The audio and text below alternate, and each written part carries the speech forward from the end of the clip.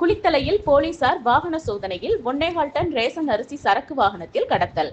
குளித்தலை காவல் ஆய்வாளர் கருணாகரன் தலைமையில் உதவி ஆய்வாளர் சரவணகிரி மற்றும் போலீசார் குளித்தலையில் வாகன சோதனையில் ஈடுபட்டனர்.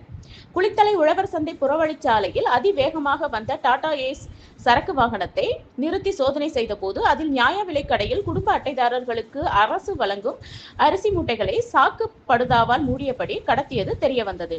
விசாரணையில் பஞ்சப்பட்டியை பகுதியைச் சேர்ந்த கந்தசாமி வயது 53 என்பவர் தங்களது கால்நடைக்கு வாங்கிச் சென்றதாகவும் தெரிவித்தார். 1.25 டன் ரேஷன் அரிசி சரக்கு வாகனத்தை குளித்தலை காவல்துறையினர் பறிமுதல் செய்து அந்த நபரை பிடித்து விசாரணையில் ஈடுபட்டு வருகின்றனர். பின்னர் பறிமுதல் செய்யப்பட்ட 1.25 டன் ரேஷன் அரிசியை தமிழ்நாடு நுகர்பொருள் வாணிப கழகத்தில் ஒப்படைக்கப்பட உள்ளதாகவும் தெரிவித்தனர். இதேபோல் குளித்தலை பகுதியில் ரேஷன் அரிசிகளை கோழி பண்ணைகளுக்கும் அரிசி ஆலைகளுக்கும் கடத்தி நவீனப்படுத்தி பின்னர் பொதுமக்களுக்கு புதிய சாக்குப்பையில் விற்பனை செய்வதாகவும் தெரியவருகிறது.